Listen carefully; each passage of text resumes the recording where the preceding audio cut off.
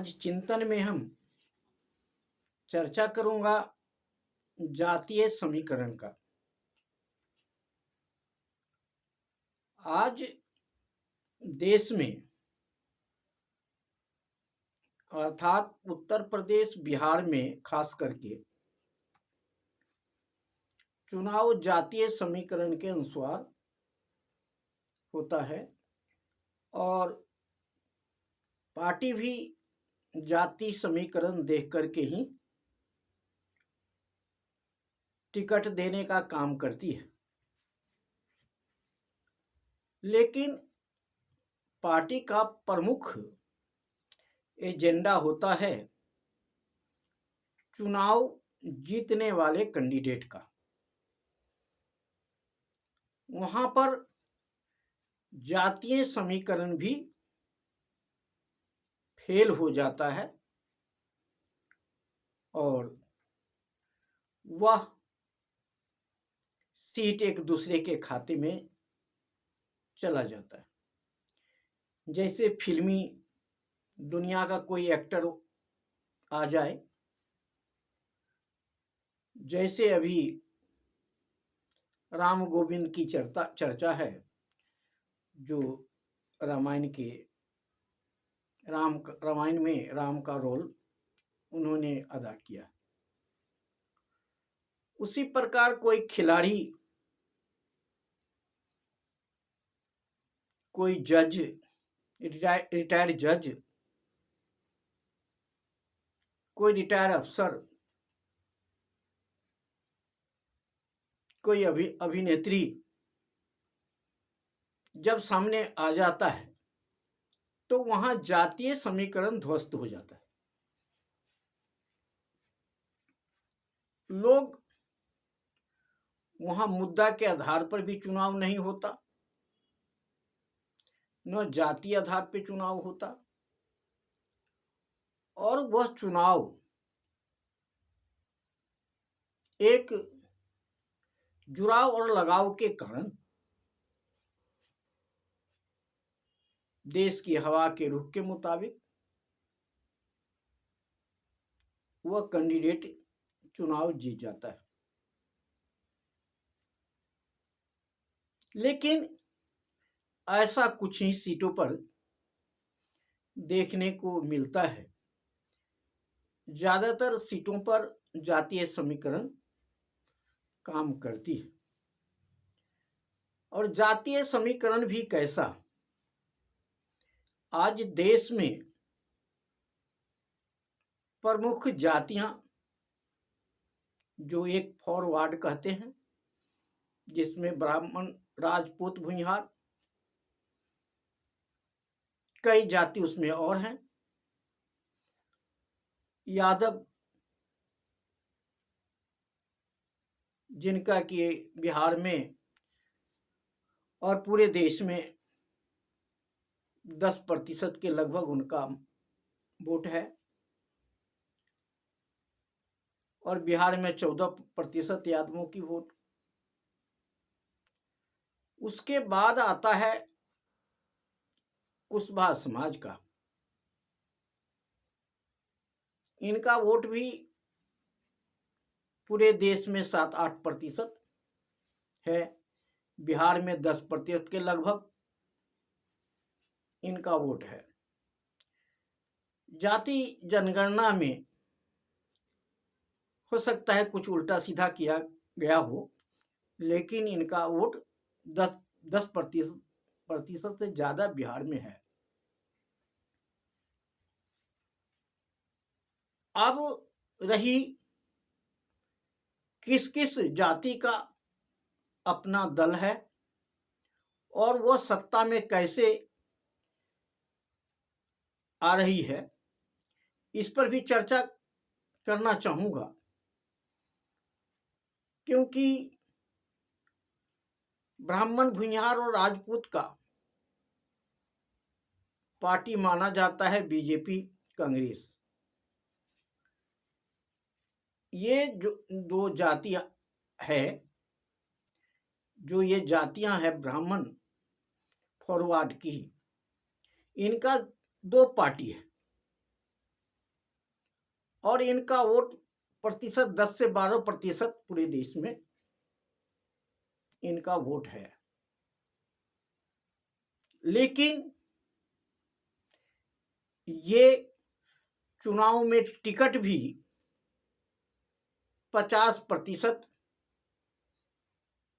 ब्राह्मण, राजपूत और राजपूत को, भुइंहार को टिकट देते हैं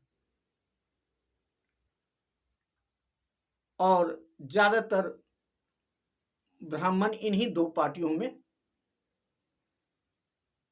सांसद और विधायक देखने को मिलेगा। और दूसरे नंबर पर यादव, जिनका पार्टी उत्तर प्रदेश में मुलायम सिंह की पार्टी, अखिलेश यादव की पार्टी,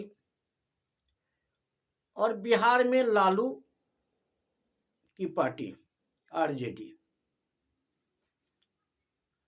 इनका वोट प्रतिशत अच्छी है,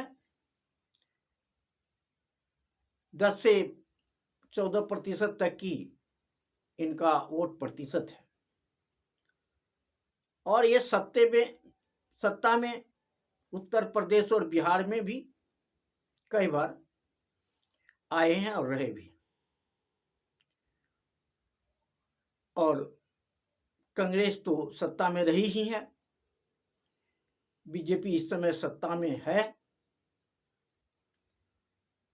अब बीजेपी और कांग्रेस में जो पार्टी मजबूत स्थिति में होती है, ब्राह्मण, राजपूत और भुइंहार का वोट उन्हीं को जाता है और उनका वोट दूसरे दल को नहीं जाता, दूसरे दल में नहीं जाता और जाता वहीं है जहां उनका कैंडिडेट होता है।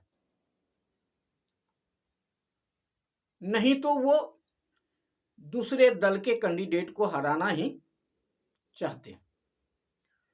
अब लालू यादव और मुलायम सिंह यादव सत्ता में कैसे आने का काम किया,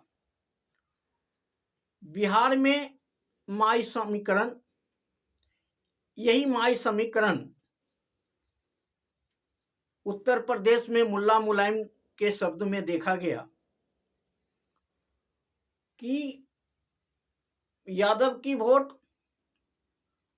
और मुसलमान की वोट दोनों एक साथ जोड़ करके देखा गया उत्तर प्रदेश और बिहार में। यही कारण है कि मुलायम सिंह यादव और बिहार में लालू प्रसाद यादव सत्ता में आने का काम किया, क्योंकि इनका मोटा मोटी वोट है। अब रही कुशवाहा, तीसरे स्थान पर कुशवाहा की वोट 8-10%, लेकिन इनका कोई पार्टी देश स्तर पर कामयाब नहीं हुआ, जिसके कारण संसद में भी इनकी संख्या नहीं है और विधानसभा में भी इनकी संख्या नहीं है।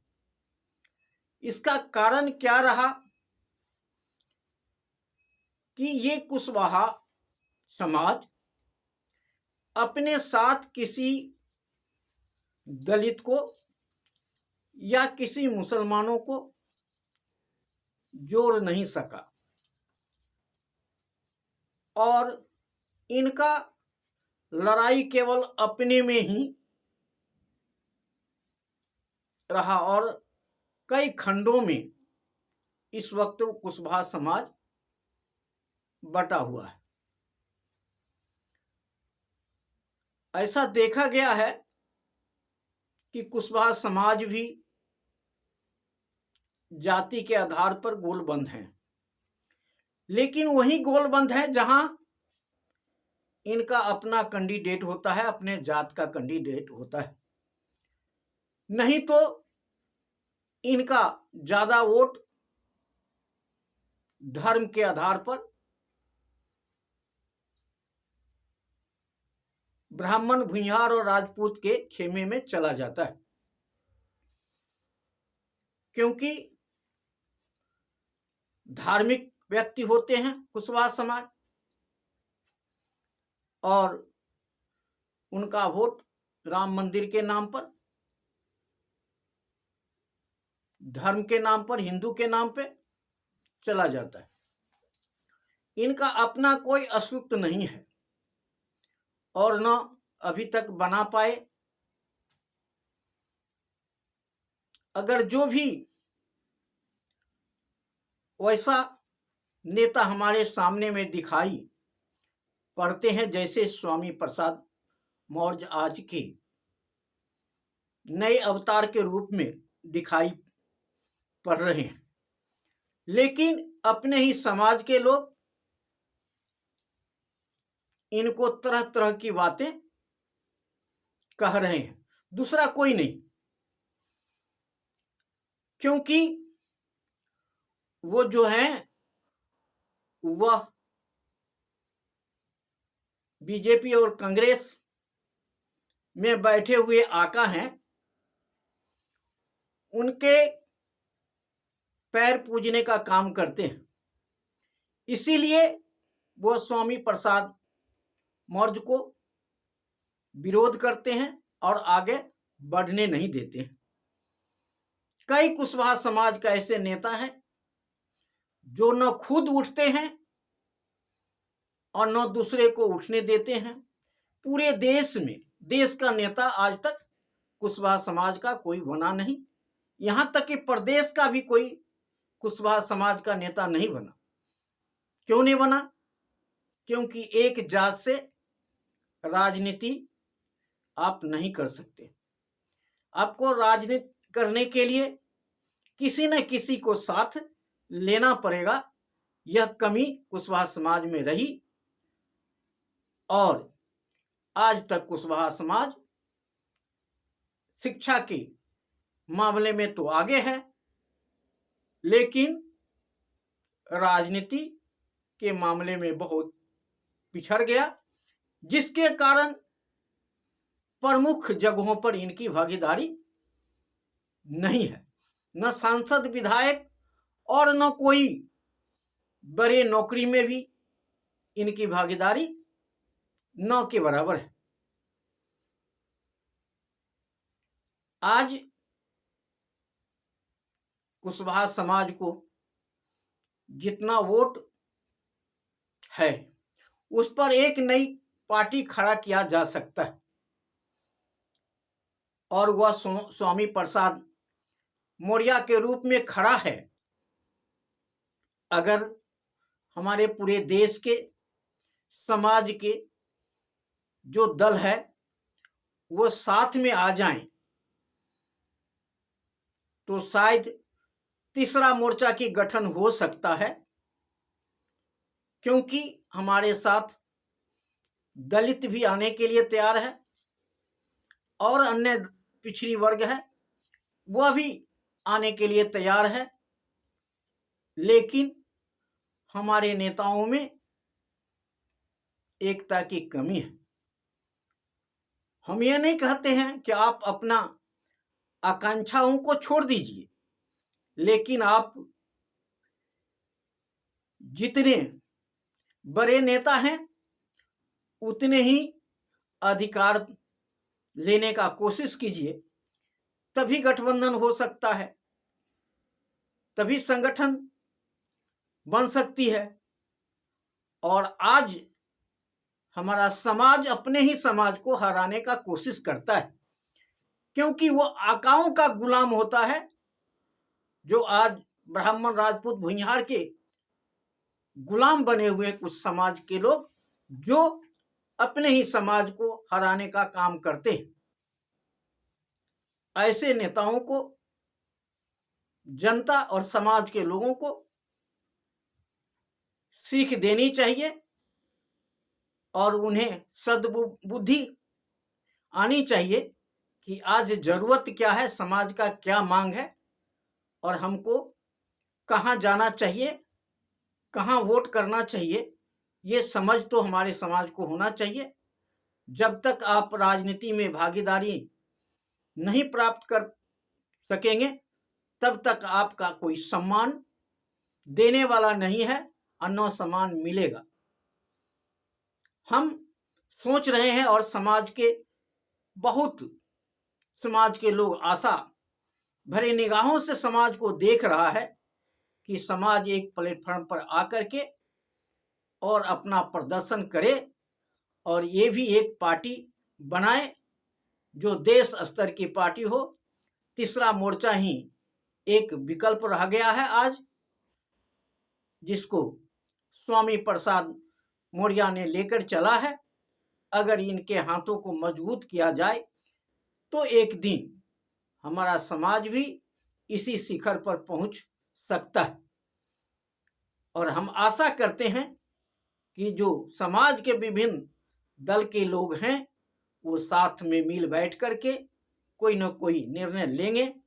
इसी आशा के साथ जय हिंद, जय भारत।